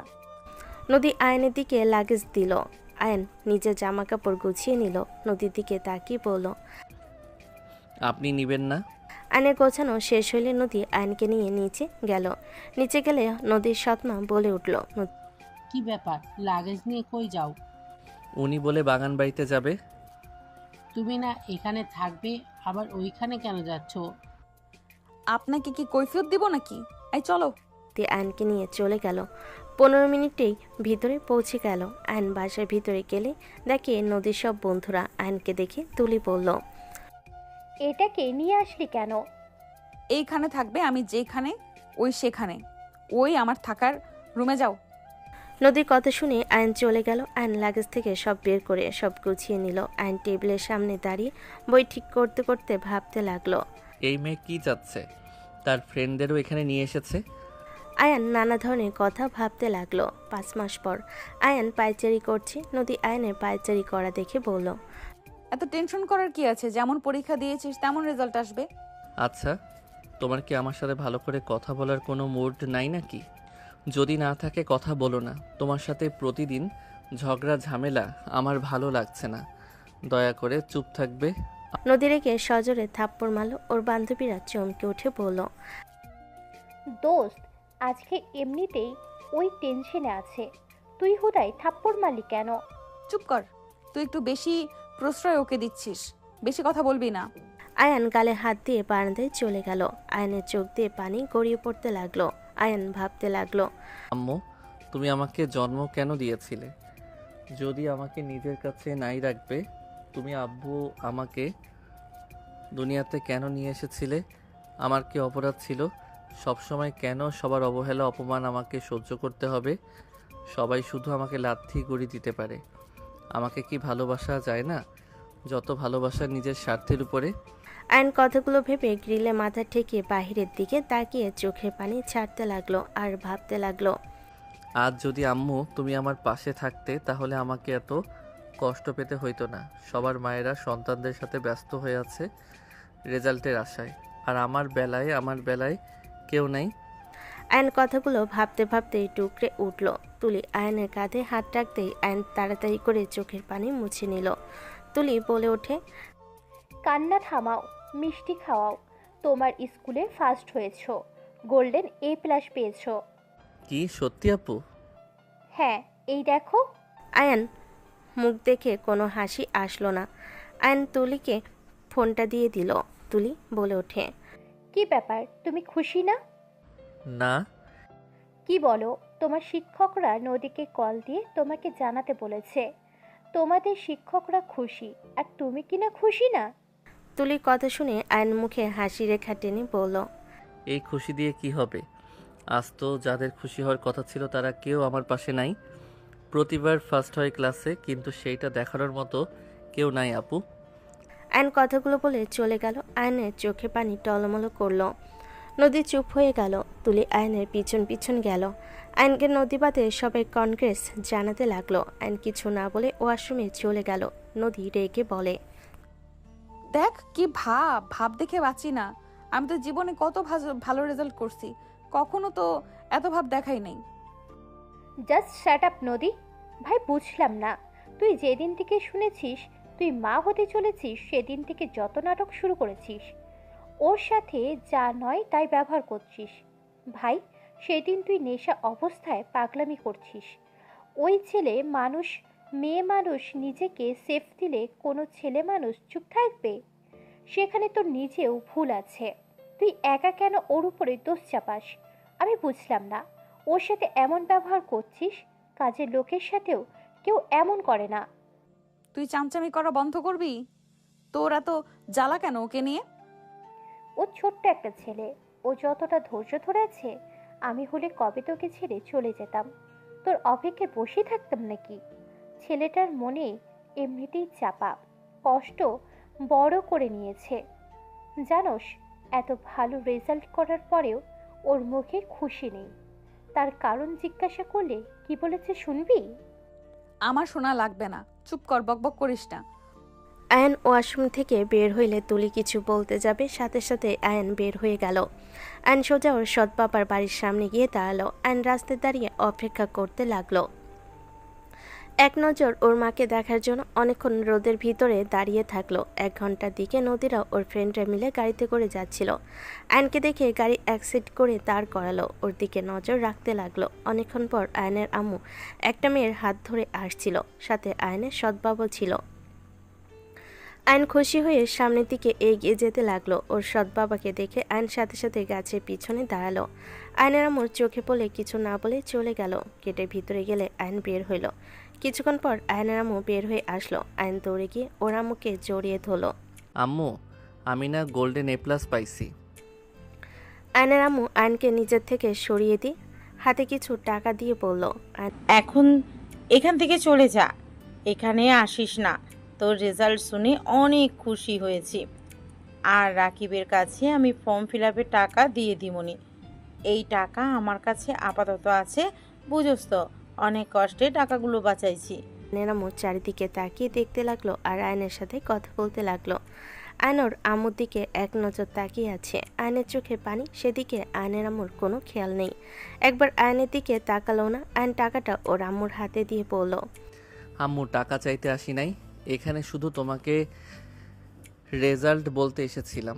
আমি অনেক ভালো আছি আম্মু, তোমাকে চুরি করে টাকা গুছিয়ে আমাকে দিতে হবে না। আয়ন কথাগুলো বলে আয়নের আম্মু ওর দিকে তাকালে আয়ন ঘুরে চোখের পানি মুছতে মুছতে যেতে লাগলো। আয়নের আম্মু কিছু বলবে, তখনই ভিতর থেকে ডাক আসলে আয়নের আম্মু দৌড়ে চলে গেল। আয়নের বুকের ভেতর যেন চাপা কান্না জমে যেতে লাগলো। আয়ন নদীর গাড়ির সামনে দিয়ে গেল, খেয়াল করলো না। আয়ন সোজা নদীর পাড়ে চলে গেল। আয়ন নদীর দিকে তাকিয়ে ভাবতে লাগলো। মন চাচ্ছে নদী তোর বুকে ভেসে যাই, কিন্তু নদী জানিস আমি না বাবা হতে যাচ্ছি। জানি নদী আমার সন্তান এই দুনিয়াতে আসতে দিতে চাচ্ছে না। তোর নামের সাথে নাম মিলে যায় নদী। জানো নদী, আমার না খুব ইচ্ছে করে তোর বুকে হারিয়ে যেতে। আগে যদি তোর বুকে হারিয়ে যেতাম তাহলে আজ না তোর নামের সাথে নাম মিলে যাওয়া এক নারীর সাথে দেখা হইতো, আর না আমাদের কোনো সন্তান হইতো। আয়ান কান্না করতে লাগলো। আয়ান লাফ দিতে গিয়েও ভাবতে লাগলো, না আয়ান, এমন কিছু করিস না। তোর লাইফের মতো তোর সন্তান বাবাহারা হয়ে যাক, এইটা নিশ্চয়ই তুই চাস না।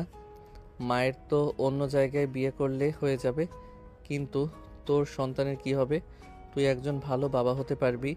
আয়ান, তুই এমন ভুল করিস না।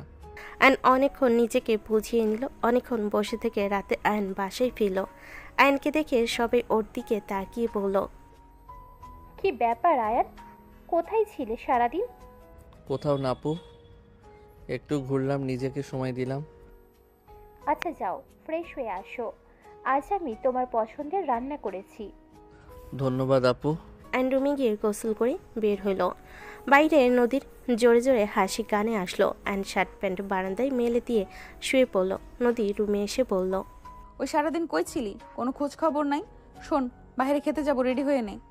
ক্ষুধা নাই, আপনারা যান। এত নাকামি করবি না, তোর জন্য সবাইকে ট্রিট দেব, চল। তুলি আপু কষ্ট করে রান্না করছে, সেইটা বাদ দিয়ে বাইরে খেতে কিভাবে যাব? আয়নের কথা শুনে নদীর রাগ হতে লাগলো। নদী বলে উঠল, নদী ওকে থাক তুই তাহলে, তোর আপু রান্না করছে, চল তোকে খাওয়াবো।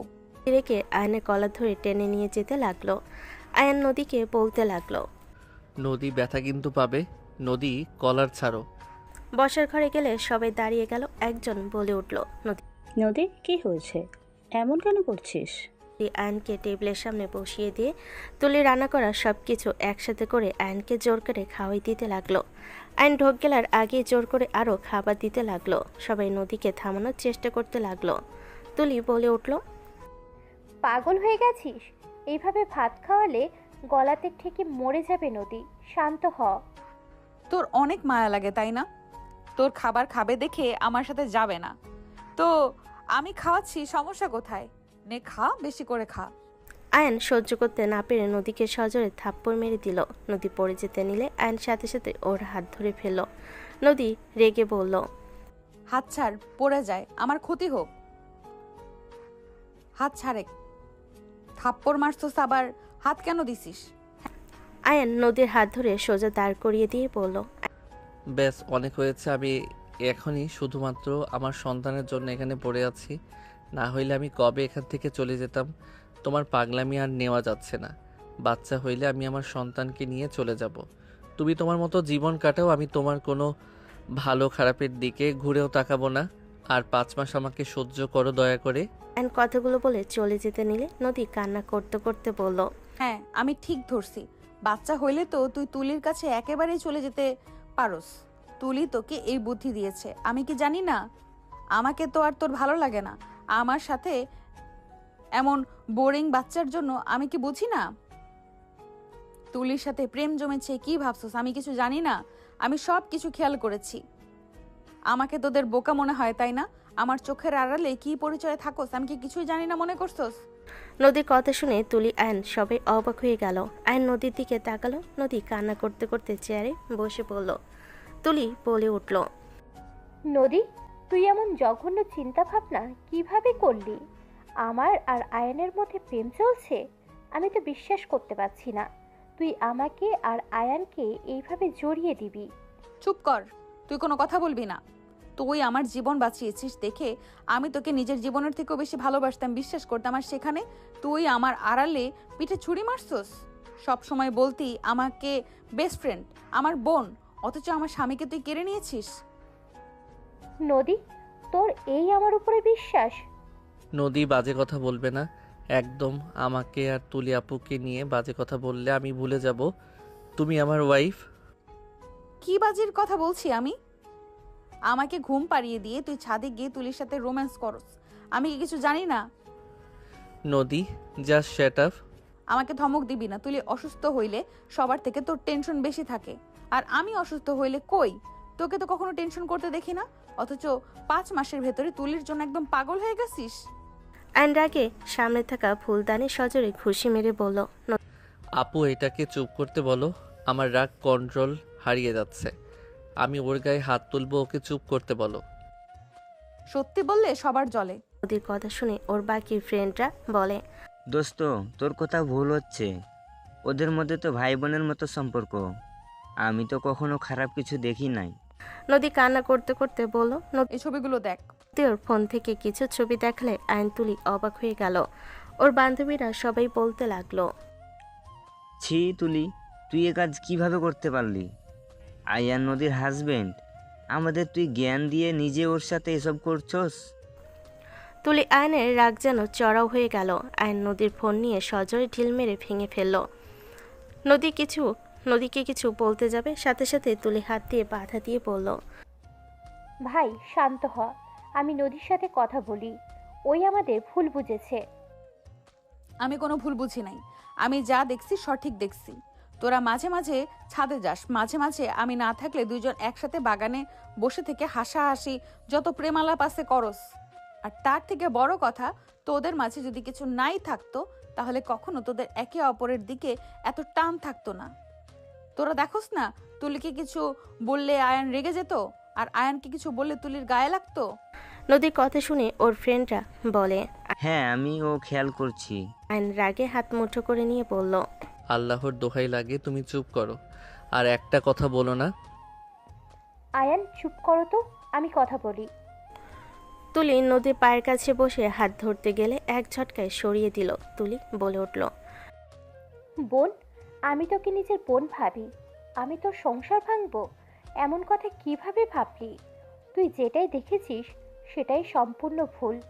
সেদিন অনেক বাতাস ছিল, আমি আর আয়ান তোর ব্যাপারে কথা বলছিলাম, হুট করে আমার চোখে ময়লা পড়লে আমি কান্না করছিলাম। আয়ান তখন আমার চোখের ময়লা পরিষ্কার করে দিয়েছিল। আয়ান আমার থেকে লম্বা, ওই যদি আমার চোখের কাছে আসে ওকে ঝুঁকতে হবে। পিছন থেকে দেখছস, দেখে মনে হয়েছে আয়ান আমাকে লিপ কিস করেছে। বিশ্বাস কর, আল্লাহর কসম করে বলছি, প্রথমে আয়ানকে আমার ভালো লেগেছিল, বাট এখান থেকে 1 মাস পর থেকে আমি ওকে ভাইয়ার চোখে দেখি। ওই আমাকে আপু আপু করে, আমরা দুজন ভাই বোন, এর বাহিরে কিছুই না। সব বুঝলাম, তাহলে প্রতি রাতে কেন তোদের দেখা করা লাগে? আরে দূর, আচ্ছা তুই কি জানোস না আমার রাতের বেলা চাঁদ কতটা পছন্দ? রাতের আকাশ দেখতে ভালো লাগে, তেমন আয়ানেরও ভালো লাগে। ওর সাথে আমার অনেক কিছু মিল পাইছি, তাই আমরা দুজনের সম্পর্কে যমজ ভাই বোন দিয়েছি। আল্লাহর কসম করে কখনো আমি মিথ্যা বলবো না, এটাই তুই ভালো করে জানিস। তাহলে বাগানে কি নিয়ে এত কথা বলতি? চোখের ইশারায় কেন করতি? আবার মাঝে মাঝে ওই তোর রুমে কেন যেত? আমার রুমে মাঝে মাঝে আসতো কোনো পড়ায় সমস্যা হলে, আর যতবার এসেছে আমার সাথে লামিয়া তো থাকতো, না হয় ওই থাকতো। আর বাগানের কথা বলছিস? আরে বলিস না, আমার ফোনে একটা রিলস দেখছিলাম, সেটাই নিয়ে দুজন কথা বলছিলাম আর হাসছিলাম। আর ইশারার কথা বলিস, তুই আয়ানের সাথে যেমন ব্যবহার করিস সেটাই আয়ান মুখস্থ হয়ে গেছে। উনি সবসময় আমাকে একজন বড় বোনের মতো সব কিছুতে সাহায্য করত। আর তোমার মনে এসব নোংরা চিন্তা, আর তোমার যদি ওর সাথে মিশতে সমস্যা হইতো আমাকে বলতে পারতে, আমি কখনো ওনার সাথে মিশতাম না। আমি অশান্তি পছন্দ করি না, আমি তো সবসময় তোমার কথা মতো চলার চেষ্টা করি না, বলো? নদী কান্না করতে করতে বলল, আমি কি করব? আমি কি জানতাম ওই বাদরকে আমি ভালোবেসে ফেলবো? আমার জামাই শুধু আমার সাথে কথা বলবে, আমাকে সময় দিবে, কিন্তু ওই বেশি তোর সাথে কথা বলতো। তার উপরে আবার ওই রকম দেখে আমার রাগ হচ্ছিল। দুইজন আমার প্রিয়, অথচ তারা আমাকে ঠকালো। এটা ভেবে আমি নিজেকে ঠিক রাখতে পারলাম না, আমার অনেক কষ্ট হতো। আমি কি করব? সেই জন্য আমি সবসময় চিল্লাপাল্লা করতাম। বলে ইশারায় বলল। আয়ন নদীর কাছে গিয়ে বসে, ওর হাত দুইটা ধরে বলল, নদী, আমার লাইফে 2টা মা আছে, 2টা বাবা আছে। আমি জানি এইসব কতটা কষ্টকর। আমার বাবা আমার মাকে কষ্ট দিয়েছে, তাকে ধোঁকা দিয়ে অন্য একজনকে বিয়ে করে। আমি এইসব পরিস্থিতিতে থেকেছি। আমি জানি এসব কতটা কষ্টকর। আমি ছোট থেকে নিজের কাছে প্রতিজ্ঞা করেছি আমি কখনোই আমার স্ত্রী সন্তানকে কষ্ট দিব না। আমি একজন ভালো স্বামী আর ভালো বাবা হব। বাট তুমি আমাকে ভুল বুঝে শুধু শুধু নিজেকে কষ্ট দিয়েছো আর আমাকে কষ্ট দিলে। বাচ্চাদের মতো কান্না করতে করতে তুলে আর আয়নের দিকে তাকালো। নদী ওর হাত ধরে দুইটা কান ধরে বলল, সরি, আর এমন ভুল করব না। আমি তোমাদের দুজনকে অনেক ভালোবাসি। তোমরা আমাকে ঠকালে আমি মরে যাব। বোকামে, আমি তোকে ঠকাবো ভাবলি কিভাবে? আমি তোকে ছোট থেকে চিনি। আমি তোর সুখ দুঃখে সবসময় থাকছি, আর সেখানে কি না আমি তোকে কষ্ট দেব, ঠকাবো কিভাবে ভাবলি? সরি। নদী তুলিকে জড়িয়ে ধরল। নদী তুলিকে জড়িয়ে ধরে কান্না করতে লাগলো আর নদীর দিকে তাকিয়ে বলল, কান্না করো না। শুনো, কোনো কিছু খারাপ লাগলে আমাকে সোজা বলবে, আমি সেই কাজ করব না। বাট না বলে নিজের ভিতরে সব চেপে রেখো না। নদী বাচ্চাদের মতো আয়নের দিকে হাত বাড়ালে সবাই হেসে দিল। আয়ন নদীকে কোলে তুলে নিয়ে বলল, আয়ন চলো বাহিরে খেতে যাব। নদীকে নিয়ে রুমে গেল। নদীকে ওয়াশরুমে নিয়ে গিয়ে ফ্রেশ করে দিয়ে দুজনে ফ্রেশ হয়ে নিল। দুজন ম্যাচিং করে শাড়ি পাঞ্জাবি পরল। আয়ন নদীর পিছনে দাঁড়িয়ে পিছন থেকে জড়িয়ে ধরে বলল, আমার বউটাকে অনেক সুন্দর লাগছে শাড়িতে। তোমার পছন্দ হয়েছে? হ্যাঁ, অনেক পছন্দ হয়েছে। তোমাকে দেখাবো বলে শাড়ি 3 পিস কিনেছিলাম, কিন্তু তার আগেই তো ভুল বোঝাবুঝি হওয়ার কারণে। বুঝলাম। চলো যাই। বাসায় এসে আমাকে আদর করবে তো? ওকে করব, আমার পাগলি বউ। ভাই, আপনাদের হইলে আসতে পারেন। আপু আপনি যান, আমরা আসছি। নদী তাকালে আয়ন কানে হাত দিলে নদী হেসে বলে, আর সন্দেহ করব না, চলো। আয়ন হাত এগিয়ে দিলে নদী আয়নের বাহু ধরে বের হলো। 5 বছর পর আয়ন, নদী আর ওর ছেলে আহনাফের দিকে তাকিয়ে আছে। নদী আর আহনাফ দুজন দুজনের চুল ধরে আছে।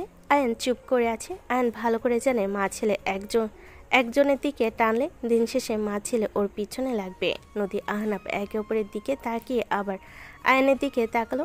আয়ন কিছু বলার আগে দুজন চিৎকার দিয়ে বলল, পাপা মাম্মা আমার চকলেট আইসক্রিম সব খেয়ে ফেলেছে। আমাকে ঘুম পাড়ানোর নাম করে সব খেয়ে নিয়েছে।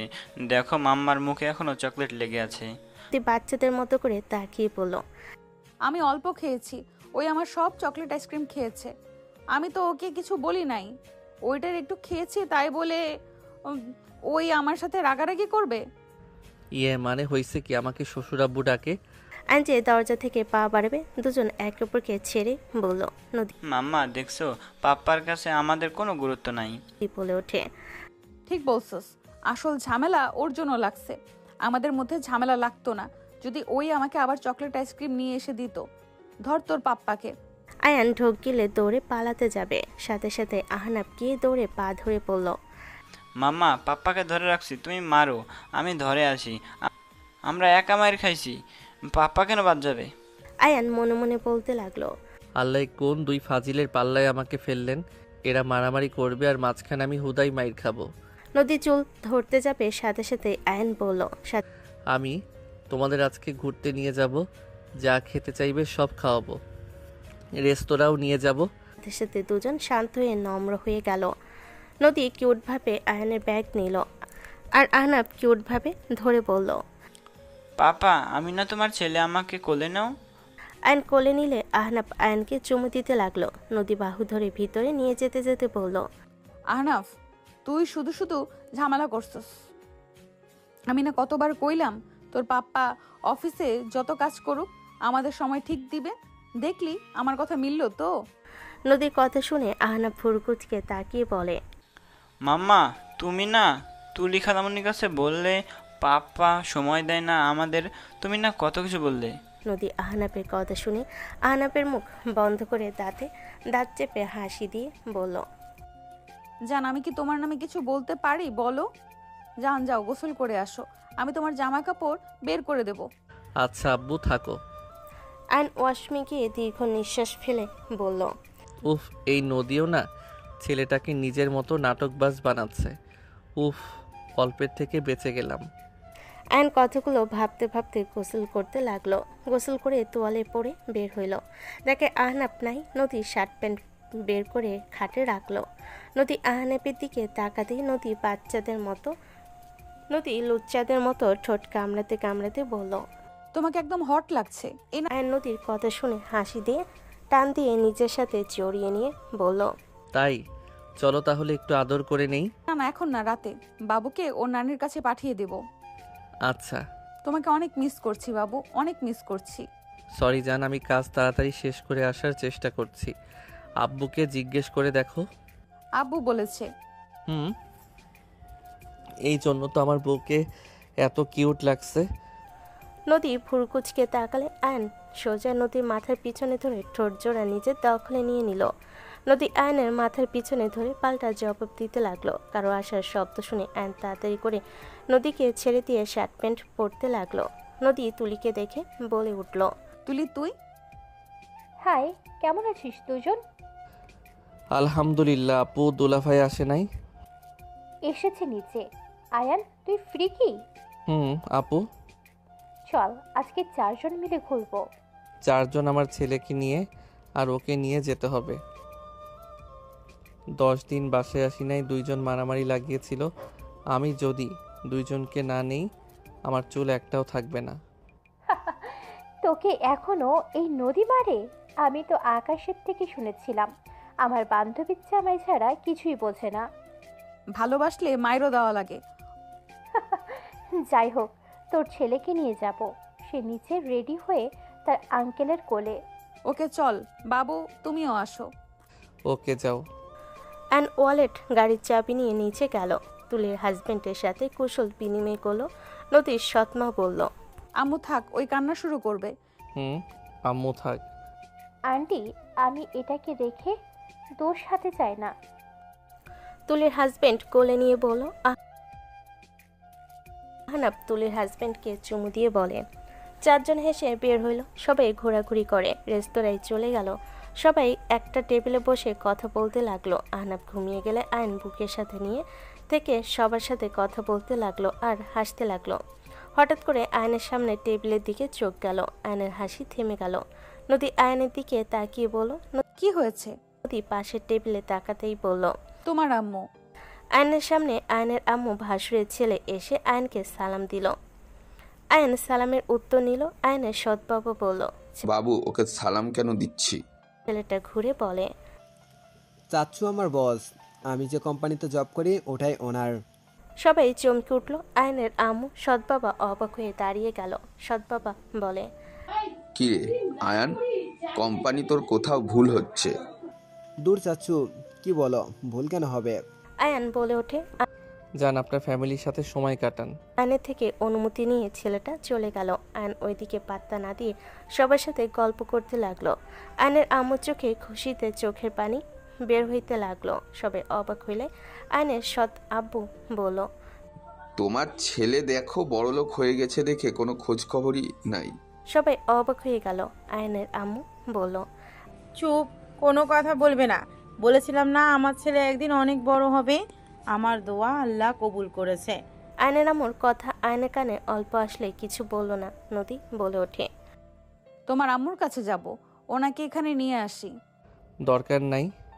নদী আর কিছু বলল না। এইদিকে ছেলেটা বলে, ছোট আম্মু এইসব কি বলেন? ওনার আম্মু আপনি। আয়নের সৎ বাবা বলে, হ্যাঁ, ওই আয়ান ওর বড় ছেলে। ওই পিচ্চি ছেলেটা কে? ছেলেটা কথাটা শুনে বলে, কালো শাড়ি, ওটাই ওনার ওয়াইফ। আর বুকে তার ছেলে আহনাফ আর 2 জন চিনি না। আয়নের আম্মু অবাক হয়ে বলে, কি ওইটা আমার নাতি? আয়নের আম্মু এক মুহূর্ত দেরি না করে উঠে পড়ল। আয়নের পাশে গিয়ে আহনাফকে কোলে নিতে গেলে আয়ন কিছু বলল না। নদী সালাম দিল। আয়নের আম্মু সালামের উত্তর নিয়ে বলল, আমার নাতি হয়েছে, কখনো তো বলস নাই। আমার খুশি আর কারোর সাথে ভাগ করতে ইচ্ছে করে না। দোয়া করি সুখী হ। মাশাআল্লাহ, বৌমা অনেক সুন্দর হয়েছে। আন্টি বসেন। না মা, বসতে আসি নাই। আমি তোমাদের সুখের সময় থাকার যোগ্যতা রাখি না। আমি দুঃখের সময়ও ছিলাম, সুখের সময়ও থাকবো না। শুনলাম আমার নাতির কথা, তাই মনটা আর বাধা মানল না।